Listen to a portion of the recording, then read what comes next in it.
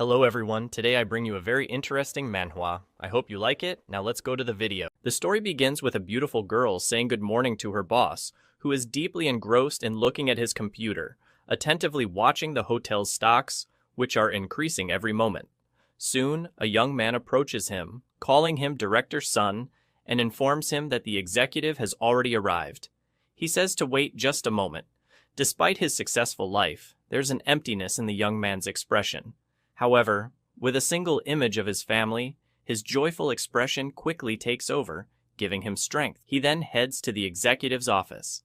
Upon arrival, the executive questions what it might be about. He reports that what manager Min Yongrak prepared should already be in her inbox. However, she pretends to be clueless and says that, unfortunately, she has a C-level meeting today. She apologizes again for being busy. The protagonist says it's no problem, though she seems a bit upset for not being able to help. She quickly changes the mood by asking if he would visit his parents and telling him to take care. The protagonist bows respectfully, thanks her, and says he will leave now. As he leaves the room, she tries to call him back, but the protagonist walks away. At the entrance of a large building, several managers, directors, and executives gather, waiting for someone very important. One of the extras next to the protagonist asks him how Executive Hong, whom he had spoken to earlier, is doing. The protagonist doesn't respond. The extra insists, saying he heard that the executive is interested in him. However, soon, the person they were waiting for arrives. An old man. Upon seeing the protagonist, he calls him Director Sun, apparently someone familiar to him. The old man, with a big smile, comments that their secret letter is there. The old man, accompanied by the protagonist, enters the building. The old man asks if the protagonist will be busy after the meeting. The protagonist, feeling awkward, says no. The old man then asks for some of his time afterward, and he agrees. After the meeting, already inside the old man's car, with heavy rain falling outside, the old man tells him to take the longer route to have more time to talk. The old man mentions that when the protagonist worked at the Sikh Industries workshop, he had been a mentor to someone named Sujong. The old man also says that after that, he had gone to an affiliated company with him. The protagonist agrees and says he was taken there by the executive director. The old man comments that it seems the executive director trusts him a lot. The old man, with a gentle look, asks the protagonist, Director Sun, what his dream is. Guys, I took a break from the manhwa to say that if you like the video, don't forget to like and subscribe, but 90% of those who watch the video don't subscribe, so I'm counting on your help. Now let's go back to the manhwa. With that empty look of his from before, the protagonist thinks of a dream, and soon memories of his family surface. That's all he ever wanted, a family. However, after his parents died when he was still a child, he was forced to study every day under constant abuse from his uncle. Living through these constant abuses, he never dreamed again. Those studies led him to become the main character in a successful worker's life after leaving university. However, all he ever wanted was to become the protagonist of a normal life with a happy family, but he couldn't have that reality. He wonders if he might ever be able to dream again. Responding to the old man's question, he comments that what he simply wants is to live a normal life. That's his dream. The old man looks surprised, but soon a smile spreads across his face. Taking the protagonist's hand, the old man says he speaks just like his mother. The protagonist is surprised, but a strong reflection in the vehicle's window behind the old man shows an enormous red truck approaching. Unable to hear what the old man wanted to tell him, the truck hits them. Everything goes dark for the protagonist. He feels cold, but also something wet. He even wonders if they're treating his wounds. He remembers he was in a vehicle accident, but something feels strange. He decides to open his eyes. On his face is an enormous snout. Looking closer, he realizes he is a dog. Surprised, the protagonist quickly stands up. He seems to recognize the dog, calling it by its name. The dog also seems to recognize him. However, this same dog, whom he knows, and who knows him, had died after also suffering violence and abuse from his uncle. He had tried to save it. The protagonist thinks that perhaps it survived because he had left it on the street. Slightly happier, he tries to pet it, but looking at his arms and small hands, he is surprised. Touching his body, he finally realizes his body is that of a child. Still in disbelief, he grabs the newspaper in front of him and sees the issue date, October 1987. He starts laughing, unable to believe what is happening. However, he soon realizes that his little dog is with him. Remembering that it had died, he also recalls that the president might have died too. Accepting the fact that he has died, he hugs his dog, saying he is happy to see it again. But what he least expects happens. A gentle and comforting voice calls him. His mother tells him he will get burned sitting on the ground in this strong, hot sun. Still in disbelief at what he is seeing, he even stammers, asking if it really is his mother. Falling into tears and seeing this, she asks why he is crying. However, he cannot control himself. She tries to be comfortable without understanding what is really happening. She even hugs him, but on her clothes, more memories come to him. His mother cooking rice in a large cauldron. When he hugged her, he would always smell the strong scent of embers, making him think he had been a good person while alive, so he could see her in heaven. After composing himself and washing his face, his mother told him to come inside the house after he finished. Looking at his reflection in the water, he wondered where his father might be. Perhaps he had gone to hell, even though he thought he was a good person. As night fell, someone surprising appeared. It was his father. Calling him son, he said he had heard him crying. After having a nightmare, his father lovingly ruffled his hair. The protagonist then thought that, apparently, his father had not gone to hell. They began to have dinner, and his father couldn't help but comment on how delicious her food was. They were so surprised at how much the protagonist was eating. He said he was eating very well and asked if it was good. With a big smile and great satisfaction, he replied that it was very good. In his thoughts, he wondered, "Mom, Dad, how long have they waited for me?" Midnight arrived, and they lay down to sleep. Between the two of them, the protagonist still couldn't sleep. He was thinking that being with them now was like a dream. He thought that heaven makes you relive your happiest memories. However, he remembered this house being slightly better. It was very rustic, with even a spider on the ceiling. He fell asleep, feeling as if he were sinking, hearing a voice saying it would take him to the past. If he did everything right, he could bring 3 people back to life. The mysterious voice said it hoped he would have a happy life this time. His mother called him to wake up and get ready for school. Annoyed at the thought of going to school in heaven, where he believed he was, he even questioned whether he might actually be in hell. He got ready and went to school. Entering his classroom, he wondered how much time had passed since he had last been in that place. He looked for his seat, found it, and sat down. Sighing, he couldn't believe he had to go to school in heaven. Soon, some noisy students were competing to see who would enter the classroom first, but the protagonist was already there, ending their competition. A few minutes later, the classroom filled with students. Seeing them, the protagonist felt slightly nauseous, thinking they were his lamentable friends from the past. He wondered if they might also be feeling happy. He still thought he had gone to heaven, but, after reflecting more, started questioning whether he might have gone back in time. All these children made him consider this possibility more seriously. Watching how they enjoyed themselves, he thought they couldn't have adult minds like his. Moreover, his parents hadn't asked him how his life had been or shown any curiosity about it. However, if his dream of living with his parents had come true, he was happy. The biggest problem was that he couldn't perfectly recall all his memories. He didn't even remember the date of their deaths or the reasons for them. Lost in thought, he was caught off guard by a girl who interrupted him by banging on his desk and asking if he wasn't listening to her. The protagonist didn't understand what she meant. He had even forgotten her, but he quickly remembered her name, Lee Hae-won. Her parents owned the only store in town. The girl commented that the protagonist had promised to visit her house today. Still ignoring her, the protagonist remembered that in his past life, he had collected stones with her and trapped crabs in front of her house. On one occasion, while trapping crabs, she had scared him, making him wet his pants. She burst into laughter while the protagonist felt sad. He remembered that she was known for her dirty tricks. He thought his memories were slowly returning.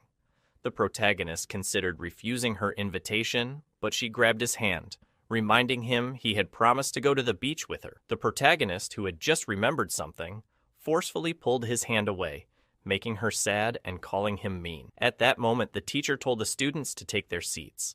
She returned to her chair in a bad mood. Meanwhile, the protagonist, with a troubled expression, thought he remembered something important about the beach, but couldn't recall it. He tried to remember what had happened there, but no matter what, he couldn't. However, he feels that it is something important he needs to remember. He would need help with something to be able to recall it. Sometime later, the school bell rings. The whole time in class, he couldn't think of anything that could help him remember. Soon, he thinks it would be better to go home first and find some clues. However, two classmates approach the protagonist, inviting him to go to the mountain behind the school, just the three of them. Apparently, many fruits had fallen from the trees. The little girl said she was starving and told him to go with them to pick some to snack on. However, the word starving got stuck in the protagonist's thoughts, making him feel as if it were déjà vu. It made him recall the words that were spoken to him while he slept.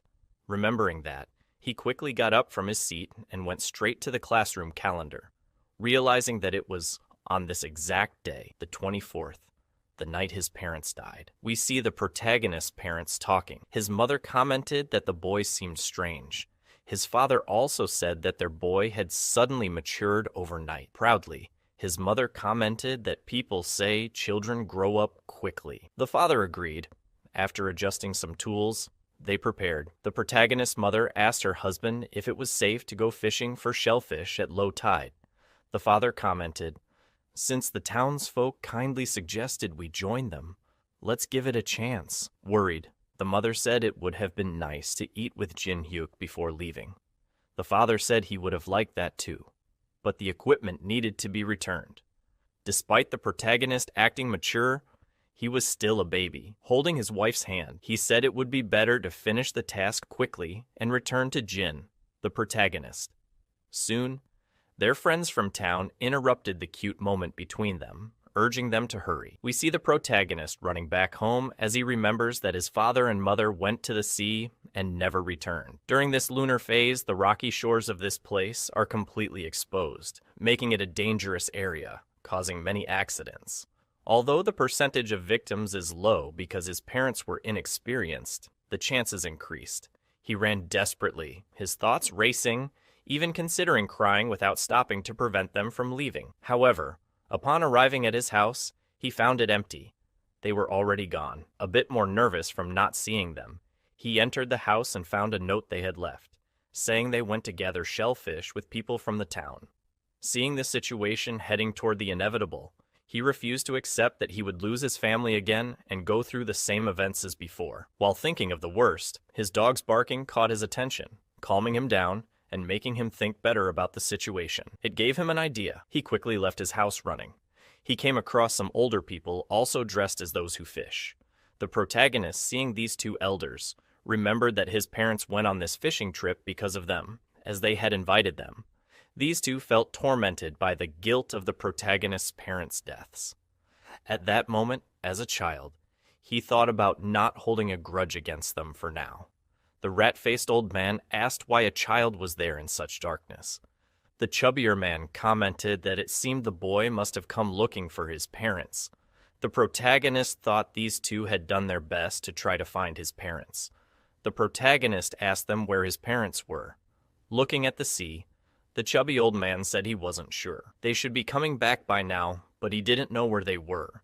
In desperation, the protagonist looked at the sea, searching for them until he saw a light.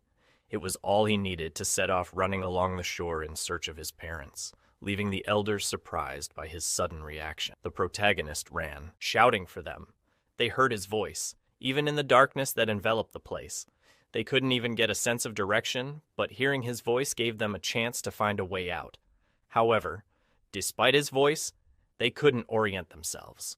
Seeing that there was no response, the protagonist decided to try Plan B. He called his dog, who was carrying fireworks. The men also accompanied him. The protagonist lit the fireworks and began spinning them in his hand, creating the light they needed to find each other and save his parents from the fate that had haunted him in his past life. After finding each other, his parents said goodbye to the men after the hard work of gathering some shellfish. As they parted, his father, carrying him, commented that he owed his life to his son and thanked him. The protagonist, with his cute little face, told them they shouldn't go looking for food at the sea anymore, and if they did, they should take him along.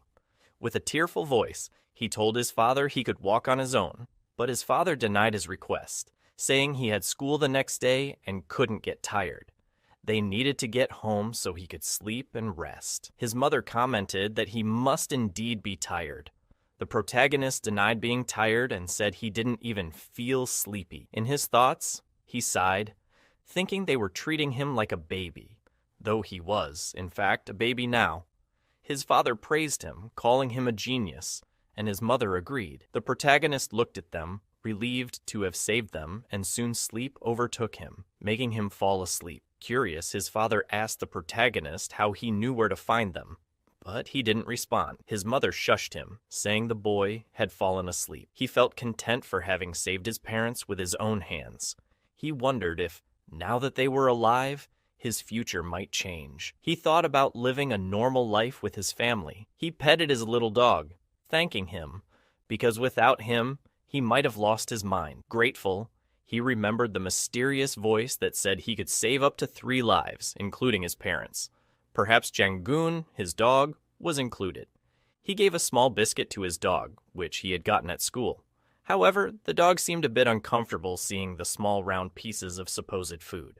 The protagonist thought about his future, but suddenly his dog started barking non-stop, leaving him confused and startled by the strange reaction. Minutes later, he went back inside the house, and they were surprised by the protagonist's new appearance. They found him handsome, but seeing him with his head lowered, his mother asked if everything was all right. The protagonist, feeling a bit uncomfortable, commented that the outfit was very childish. His father remarked that he was becoming a true man. The protagonist thought it was embarrassing to have a dolphin on his clothes. He told his mother he was hungry. The day passed, and at school, the sports day began. The protagonist was there with his parents. Watching the children having fun, he remembered his life and how much he hated spending festive days at school for obvious reasons. However, now, with his family, those dark moments had passed. Leaving those moments of darkness behind, he felt comforted knowing he wasn't alone anymore. He also enjoyed the food his mother made, which was so good that he thought it would be a great idea for her to open a restaurant. Soon, the man presenting the games called the Guardians to start the first event. The protagonist's father was set to participate in the first game. Some of the women there found the protagonist's handsome father attractive, though they didn't know a shadow of impending danger was behind them, ready to commit an inappropriate act for the environment. A little while later, the games were underway, including a race in which the protagonist's mother tripped and fell. She felt sad and said she was embarrassed because she was the only one who fell and finished last. She said she wished she had won. The protagonist told her not to worry because he would take first place. And soon, the children's race begins. However, the protagonist is so fast that he leaves all the other children behind, and the parents are amazed at his speed. His parents are also shocked by how fast he is. While running, the protagonist enjoys the moment, the wind passing through his hair, his feet touching the ground, the push of his muscles, the strong breaths coming from his lungs. These sensations were familiar to him. In his past life, he enjoyed running. But this time, it feels different. This time, he feels more alive. Soon, he wins first place in the race and goes to celebrate with his parents. His father spares no compliments for him, even saying he will reward him. His mother, on the other hand, seems a bit shy. She appears to be feeling something, but even when asked if she feels unwell, she insists she's fine and says everything is okay. After the games pass, a day later, the protagonist goes out with his father. His father asks him if he is looking for something in particular. The protagonist comments, "Let's catch a mud skipper." Surprised by his sudden interest in a mud skipper, his father asks if he liked the reward, showing him the watch. The protagonist says yes and is very pleased with it. He remembers the moment he asked his father for a stopwatch. He also recalls his mother being worried that they might stay up late staring at the watch and not sleep, which led his father to impose a rule: no watches at night. The protagonist agreed with the rule, thinking about why he would stare at something with only numbers late into the night. It's not like it's a smartphone after all. This thought reminds him of some novels he had seen, where characters could use their phones after returning to the past. But he doesn't have anything like that. He puts his hand in his pocket and feels something, surprised to find something there since he hadn't put anything in it. Thinking it might be something that appeared due to an ability, he checks it. However, it's just an acorn, leaving him disappointed. This makes him wonder if he might be the only one who is revived without any abilities. Still, he thinks he might have a chance and calls for the system. But, as expected, nothing happens. He then heads to the lake's edge. His father asks if he knows how to fish. Naturally, the protagonist says yes. His father looks somewhat doubtful. Surprised by his father's reaction, the protagonist asks if he's never used a fishing rod. Somewhat disappointed, his father admits that the protagonist's mother is better at fishing than he is. The protagonist puts on his gloves, thinking this might be his father's first time fishing. He invites his father to help gather some bait. Picking up a worm, the protagonist shows it to his father, commenting on its nice color. His father is startled, quickly pulling away from the worm and suggesting that the protagonist takes after his mother. The protagonist teaches him how to hook the worm onto the line, and soon they start fishing. While fishing, the protagonist reflects on enjoying this moment with his father. As in his past life, he always fished alone. As he ponders this, something bites the bait, surprising the protagonist that his father has already caught something. The protagonist urges him to reel it in, and soon the fish came flying out of the water, but it landed straight on his father's face, making his father scream in fright and fall on his backside. Concerned, the protagonist asked if he was okay. It seemed he was. Time passed as they fished, and they returned home with a bucket full of fish. The little dog was barking. The protagonist's mother asked if he had argued with it because the dog barked whenever it saw him. The protagonist said he hadn't, but he noticed that his mother seemed tired. She taught him how to cut the fish, remarking that he had a knack for it. The protagonist asked her to separate the intestines, and she asked what he planned to do with them. He thought about using them as an offering to the dog to improve its behavior, and said he would give them to the dog. Later, he did just that, regaining the dog's trust. His mother then asked him to help his father. As night fell, the protagonist went to sleep and soon began dreaming. In his dream, he saw a beautiful scene with apple trees everywhere, providing a stunning view. Surprised, he wondered where he was. He saw his mother dressed in a white dress. He approached her and asked what she was doing there. Calmly, in a serene voice, she said she had come to pick some apples. The protagonist questioned her about the apples, and she confirmed, saying she had permission to pick them. Looking around, she asked which apple she should choose, but then asked the protagonist to choose for her. He asked if she was sure, and she said yes, as the one he chose would undoubtedly be the best.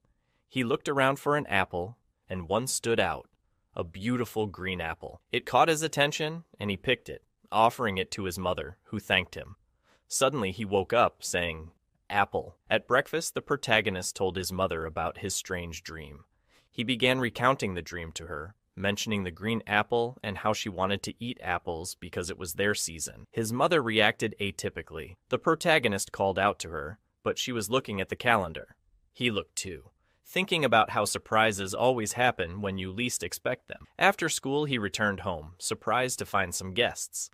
A little girl named Mi-kyung and her grandmother. Mi-kyung asked why he had arrived home so late. The protagonist remembered the girl. Mi-kyung had been there when his uncles came to fetch him, and he had lived at Mi-kyung's house for a year. Even after growing up and moving to Seoul, he continued to see her even after she got married. He wondered why they were there, but his mother commented that he should be very happy. He asked what was going on, and his mother revealed that he would soon be an older brother. Shocked, he screamed. Confused? Until he realized the connection to his dream. His father remarked that, judging by his expression, he must be in shock. His mother asked if he was happy about having a little brother.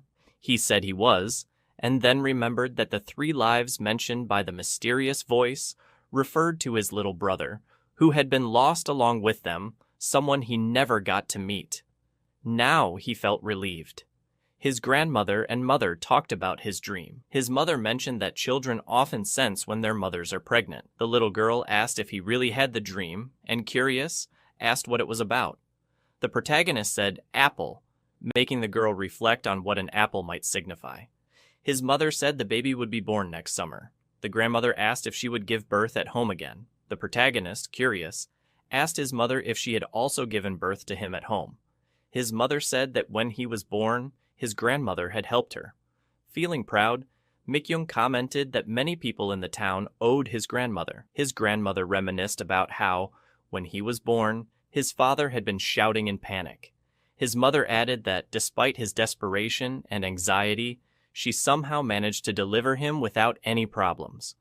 The protagonist thinks that, unfortunately, this is not a hospital where immediate measures can be taken if something goes wrong, and since she gave birth at home without a doctor, it's easier to imagine that those who care more about hospitals are the people in Seoul. However, as they say, childbirth is a gamble between life and death. The protagonist, with all his affection, offers her a piece of apple while saying that she should eat well. Seeing his kindness, she says she will indeed eat well. His grandmother comments that if he takes care of her like that, she doesn't need to worry about anything, while stroking him and saying he's becoming a little man. Time passes, and the protagonist, with his watch, does some running exercises alongside his little dog. However, tired and breathless, he stops for a moment to rest. Seeing his dog happy and content to be running, he thinks that the food he ate earlier must have suited his taste. Looking at his dog, the protagonist jokes that he should change his name to Garl Lewis. The protagonist explains that Garl Lewis was an Olympic medalist who won 10 gold medals in running and jumping. However, he pauses his explanation, realizing he's talking to a dog, and soon prepares for another race with his dog back home.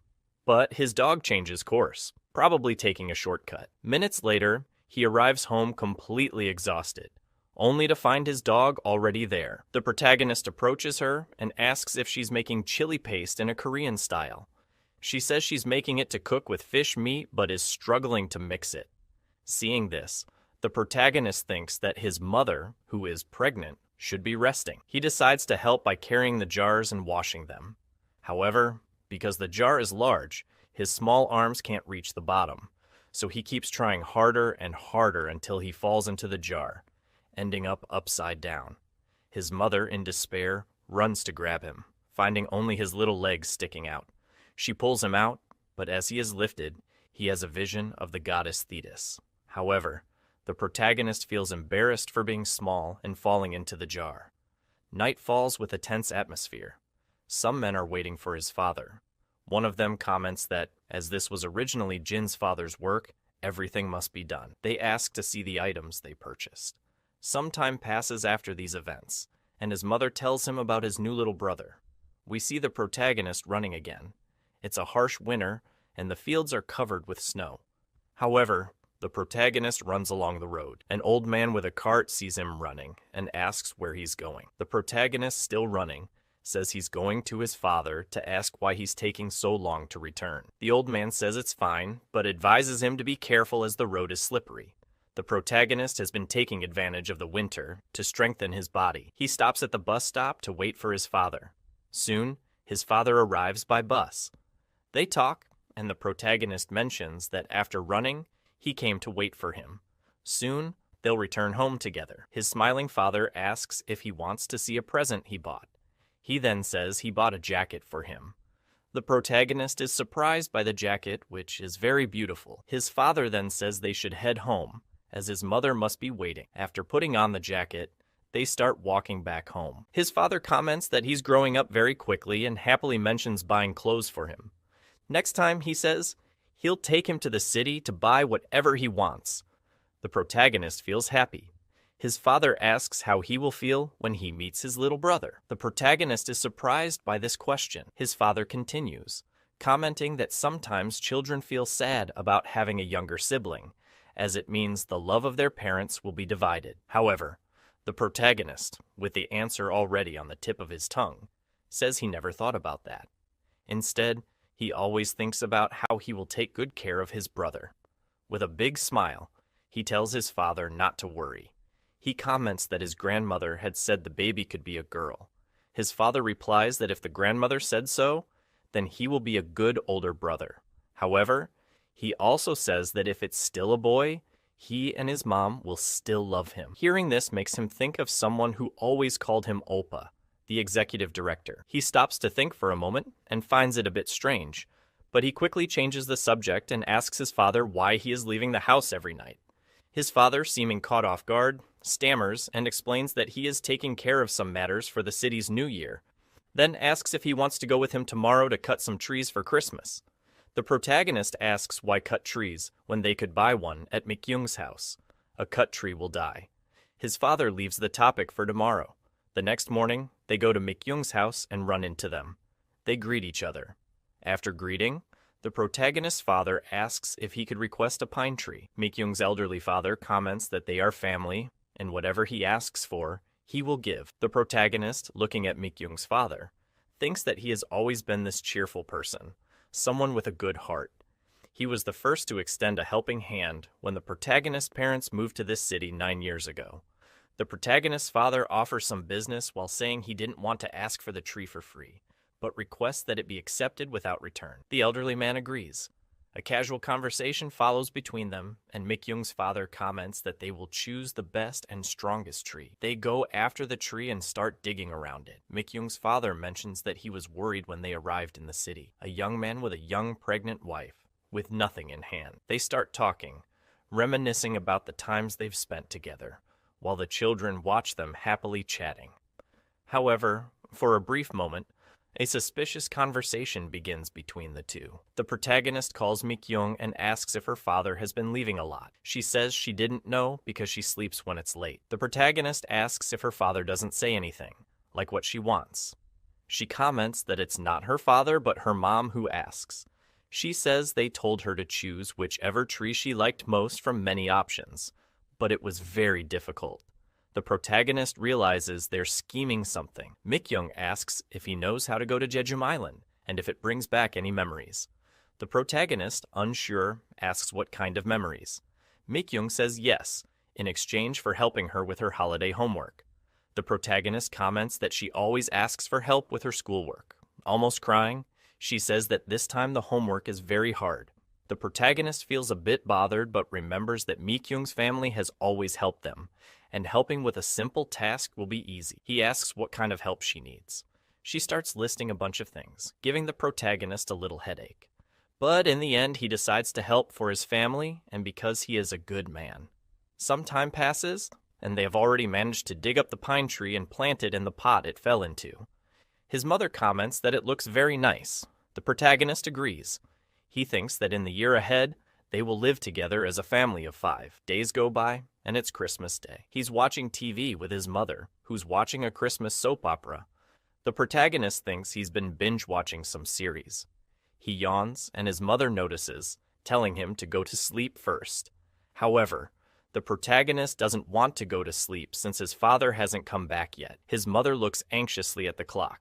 Meanwhile, the protagonist's father is outside, waiting for him to sleep so he can come in and leave a present for him. But he's freezing outside.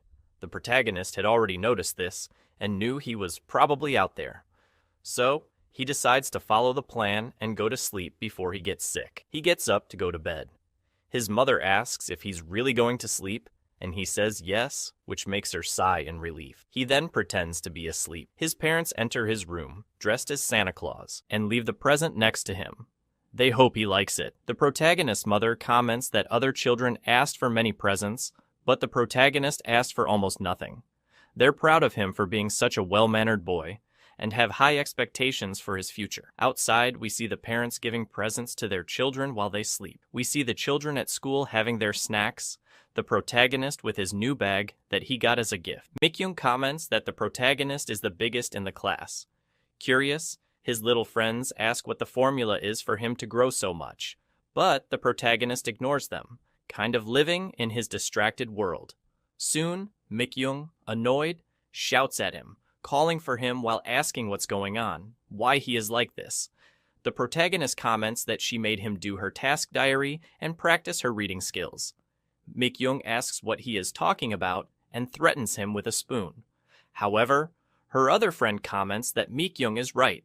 He doesn't have a good expression and asks if something is wrong. The protagonist gets a little uncomfortable and remembers when he was at home and saw his mother in pain. He asked if she should go to the hospital, but she said the baby was about to come out and he didn't need to worry. This is what worries him most, her wanting to have a baby at home and not at the hospital. In the classroom, the protagonist feels a little disappointed for not having books to read, just children's books. Mikyung is still wondering why he grew so much and asks if the secret is eating a lot and not leaving anything on his plate. She also wonders if maybe it's a secret in his mother's food. Out of nowhere, the protagonist points at Mikyung, causing a strange atmosphere. Later, he arrives home from school and tells his mother that it's hot and they should eat something refreshing, but she doesn't respond. Quickly, he runs to his mother's room, where she is having strong contractions. Desperate, he asks where his father is. She, in pain, comments that she went to call the grandmother. He asks if it's been a while, but she says he just left. Seeing that the situation is getting tense, he lies down, telling her to stay calm. She, lying down, can breathe better. Soon, he decides to go outside to get hot water, leaving his mother in the room. Outside, he fills a basin with hot water, but when he returns, his mother is unconscious. In despair, he screams, trying to wake her up.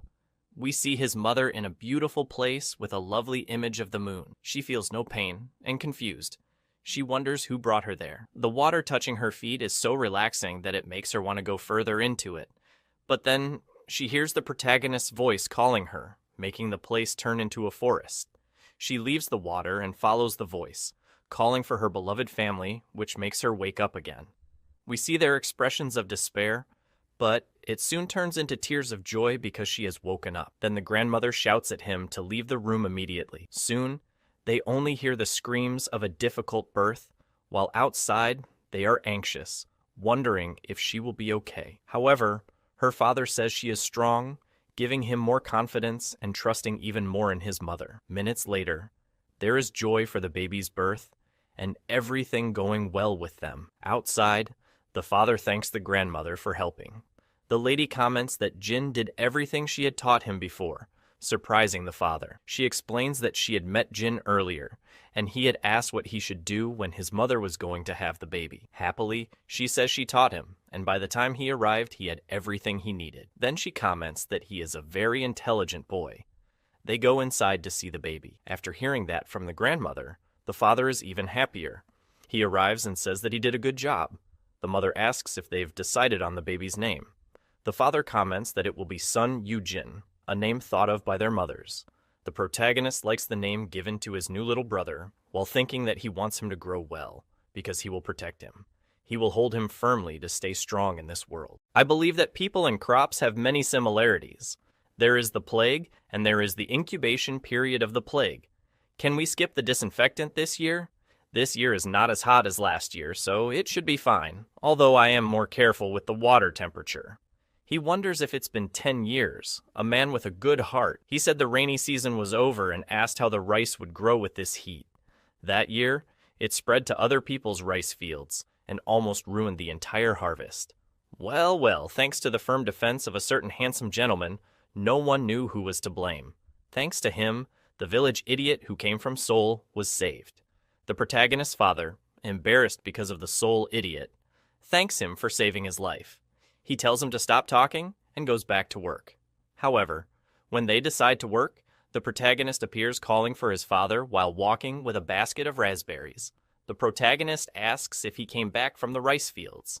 His father says yes, and also asks if perhaps he went to the mountains. The protagonist comments that yes, Mikyung asked him to pick some raspberries. With a suspicious look, his father asks if by any chance he is going home now. The protagonist already understood what it was about, but his father quickly starts running, shouting that whoever arrives last will take care of Yujin, leaving Yujin's old father and the dog behind, not understanding the situation. At home, the protagonist is looking at his little brother. He thinks he lost to his father by a physical margin.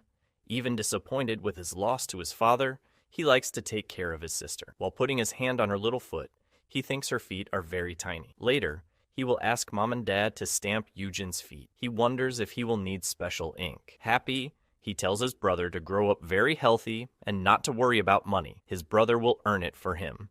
He says that before his return, he had no special skills, but now he remembers the future. Besides, if I don't make enough money, I will secretly sell my father's land. Changing his expression to a serious one, he says that that man spent all his money on alcohol and gambling.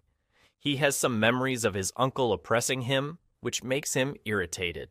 However, in a cute moment, his brother holds his hand, calming him down, reminding him that this time he has reasons to live.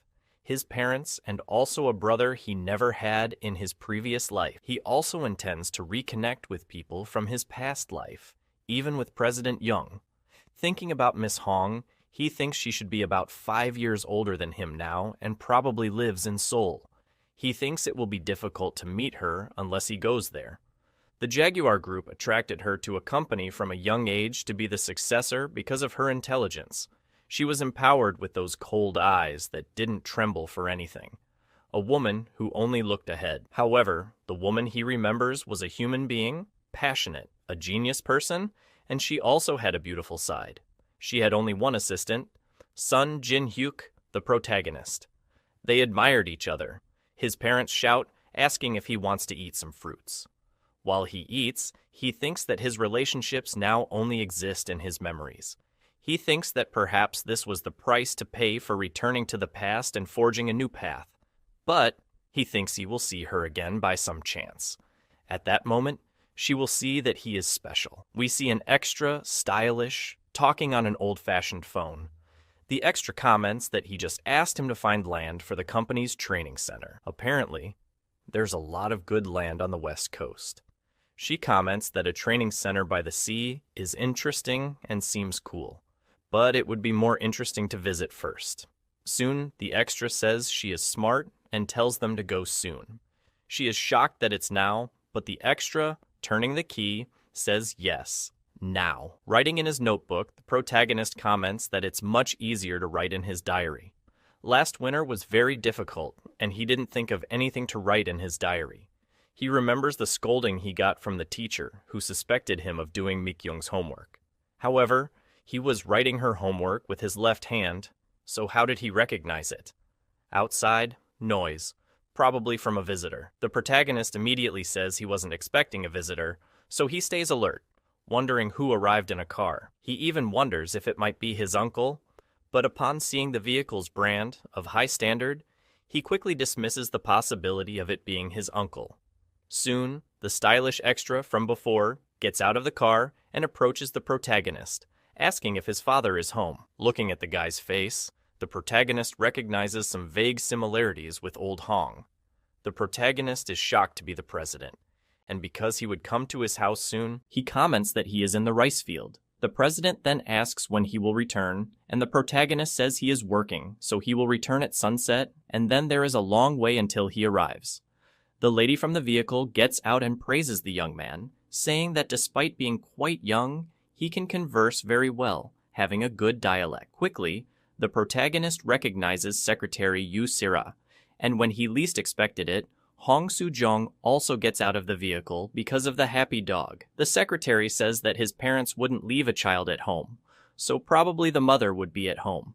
She starts to enter, but the protagonist interrupts, stepping in front of her while explaining that she couldn't enter because his mother had just given birth and needed to take care of her health. The secretary says he's quite intelligent but a bit rude, and says she will only greet his mother, asking if he doesn't want to get out of the way. However, when they least expected it, the protagonist's little dog grabs the skirt of little Sue. Desperately, the secretary screams to let go. After releasing little Sue, she cries while saying she doesn't know why he attacked. The protagonist understands that the reason must be due to touch, but his dog wouldn't bite out of nowhere, so he believes there must be some reason. Holding one of the rough plants, he tells her to look at it and says these plants have sharp thorns that hurt a lot if pricked. Even crying, she approaches the protagonist to see what it was about and soon becomes interested in the subject. Soon, his mother appears at the door, asking the protagonist who was there with him. They enter the house but stay in separate rooms. The protagonist introduces his little brother to little Sue, and she is enchanted by his beauty. However, she keeps thinking about the protagonist's name to find out its meaning until she discovers it was related to a jailer. Shocked, she asks if he was the son of a jailer. He remembers that his mother had said that adults needed to talk, which is why they were in different rooms. He becomes worried, wondering what they are talking about and why the president had gone to visit his parents. He had never heard that they knew each other in his previous life. Little Sue puts a piece of apple on his face, breaking his worry, and offers it to him. He takes it and thanks her.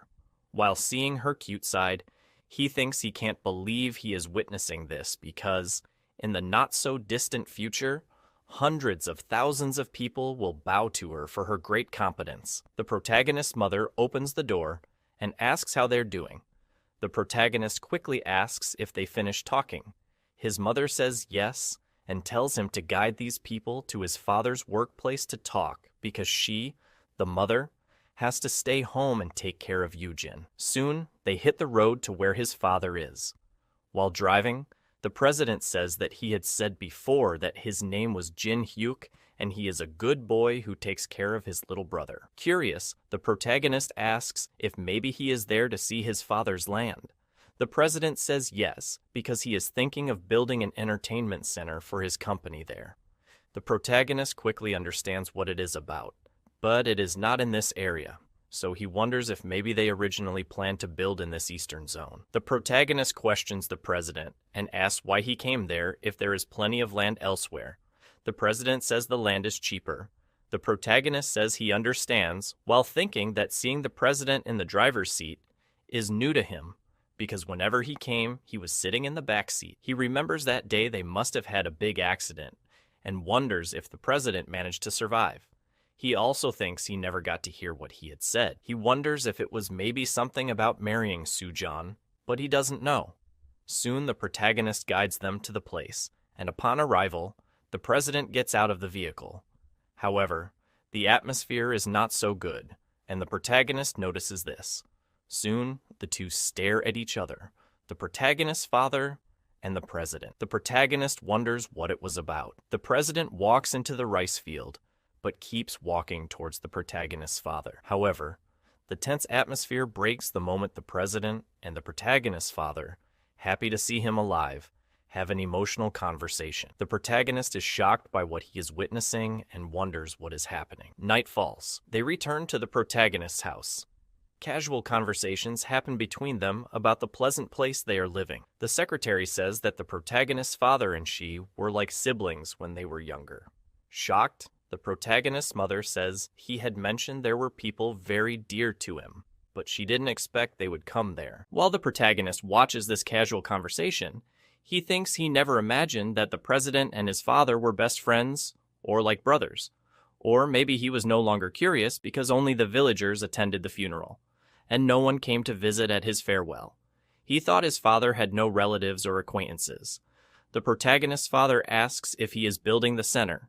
The president says the company has grown a lot and needs more employees, and there are many companies that do not invest in employee training. However, from now on, they will systematically train and develop each of their employees. The protagonist's father says, this is a brilliant idea, and the future, as the world will be run by young people, and he believes it is healthy for the company.